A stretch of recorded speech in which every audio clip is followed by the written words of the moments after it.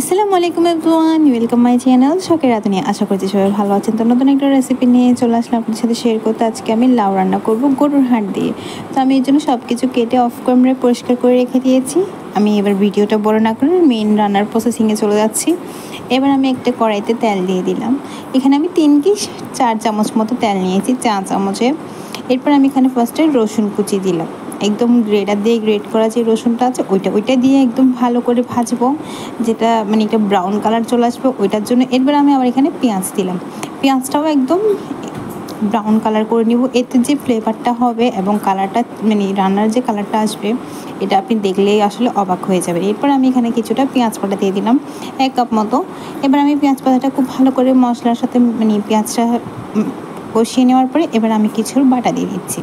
এখানে আমি সরিষা বাটা দিচ্ছিলাম, বাদাম বাটা দিচ্ছিলাম, হাতের কাছে নারকেল বাটা থাকলে নারকেল বাটাও দিতে পারেন। বাট মানে রান্নার মধ্যে বাটা দেওয়ার কারণে কিন্তু রান্নাটা ঘন হয় আর ফ্লেভার হয়, খেতেও ভালো হয়। এই জন্য আসলে মেনলি বাটাটা ইউজ করার চেষ্টা করবেন। এবার আমি এখানে আদা রসুন বাটাও দিয়েছিলাম।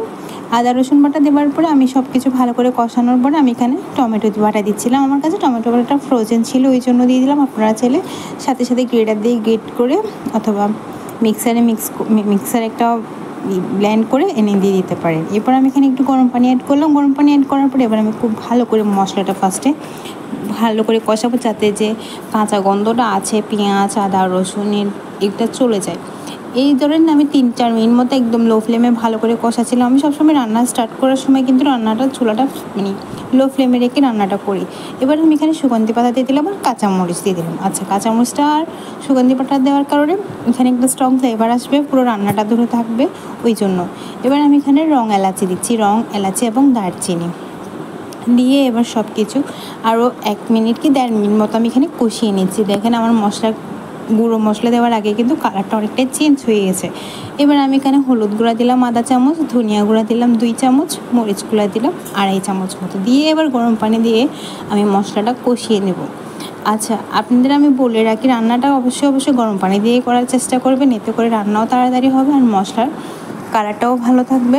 গরম পানি দিয়ে রান্না করলে আসলে রান্নাটা দেখতে বেশি সুন্দর লাগে আর রান্নাটা খুব তাড়াতাড়িও হয়ে যায়। এবার আমি এখানে কিছু জিরা গুঁড়া দিলাম আধা চামচ মতো। এরপর আমার কাছে কিছুটা মশলা ছিল চিকেনের, ওইটা দিয়ে দিলাম। আপনারা চাইলে গরুর মাংসের মশলাটা অ্যাড করতে পারেন, তবে আজকে আমি এখানে এটা অ্যাড করবো না। আমি ঘরে থাকা যে মশলাগুলো থাকে ওইটা দিয়ে রান্নাটা করে দেখাবো। এবার আমি আবার কিছুটা পানি দিয়ে এবার মশলাটা ফাইনালি 2বার করে কষাচ্ছি, মানে এক্সট্রা করে পানি দিয়ে এতে করে মশলাটা খুব ভালো করে কষে যাবে এবং মশলার যে একটা ঘ্রাণ থাকে ওইটাও চলে যাবে। এবার আমার মশলা কষা কিন্তু একদম রেডি, মশলার গায়ে থেকে তেল ছেড়ে দিয়েছি। ঠিক এই অবস্থায় আমি এর মধ্যে এবার গরুর হাড়গুলো দিয়ে দিচ্ছি। হাড়গুলো দিয়ে এবার আমি খুব ভালো করে এটাকে সেদ্ধ করে নেওয়ার চেষ্টা করবো। আচ্ছা, আপনারা চাইলে প্রেশার কুকারে রান্নাটা করতে পারেন, তাহলে হাড়গুলো দিয়ে আপনি ফার্স্টে একটা সিটি দিয়ে দিবেন প্রেশার কুকারের মধ্যে। এরপরে আবার আপনি যেটা ঠান্ডা হওয়ার পরে প্রেশার কুকারটা ওপেন করে এর মধ্যে আপনারা আবার লাউটা দিয়ে আবার 2টা সিটি দেবেন। যদি একসাথে সব দিয়ে দেন তাহলে লাউয়ের যে মজাটা ওটা পাবেন না। ওই জন্য এখানে আমি হাড়গুলো একটু ভালো করে ফার্স্টে সেদ্ধ করে নিচ্ছিলাম। মানে আমি এখানে 80% মতো হাড়টা সেদ্ধ হয়ে গেছে। এর মধ্যে এবার আমি কদুটা লাউটা দিয়ে দিচ্ছিলাম। লাউ অবশ্যই মানে নরমটা নিতে হবে, অনেকগুলো লাউ মানে শক্ত টাইপের হয়েছে, ওটা নিলে আসলে খাবারটা মজা হয় না। এই জন্য এবার আমি লাউটা খুব ভালো করে মিক্স করে নিচ্ছিলাম মশলার সাথে। এবার একদম লো ফ্লেমে রেখে দিয়েছি। আমি কিন্তু এখানে আর কোনো পানি অ্যাড করে যে হাড় সেদ্ধ হওয়ার জন্য পানি দিয়েছি, ওই পানির মধ্যে কিন্তু লাউটা অনেকটাই পানি ছেড়ে দিচ্ছে।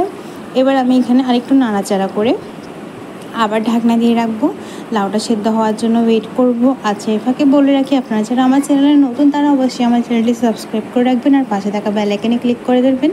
এতে করে আমার সবগুলো রেসিপি আপলোড করার সাথে সাথে আপনার কাছে চলে যাবে। মজার রেসিপি পেতে অবশ্যই আমার চ্যানেলটি সাবস্ক্রাইব করবেন। আমার চ্যানেলে ঘুরে দেখার জন্য অনুরোধ রইল। এবার আমি এখানে দেখেন আমার লাউটা কিন্তু খুব একটা সেদ্ধ হয়নি।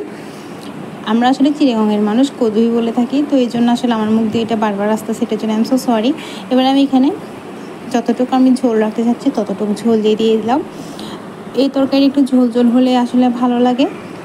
তো এবার আমি এখানে টমেটো দিয়ে দিয়েছি কয়েকটা, কাঁচামরিচ দিতে পারেন যদি আরেকটু কাঁচামরিচ দিতে চান। যদিও বা ফার্স্টে কাঁচামরিচ দেওয়ার কারণে কিন্তু এটার ফ্লেভারটা অনেকটা ঝাল হবে আর খাওয়ার সময় একটা কাঁচামরিচের যে একটা মানে সুগন্ধ লাগে ওইটাও লাগবে। আপনারা চাইলে তখন না দিয়ে লাস্টেও দিতে পারেন। এবার আমি জাস্ট ওয়েট করবো লাউটা সেদ্ধ হওয়ার জন্য। দেখেন লাউটা কিন্তু অনেকটাই সেদ্ধ হয়েছে এবং ঝোলটাও কিন্তু অনেক ঘন হয়েছে। এটা কিন্তু সাদা ভাতের সাথে খেতে অনেক অনেক মজা হবে।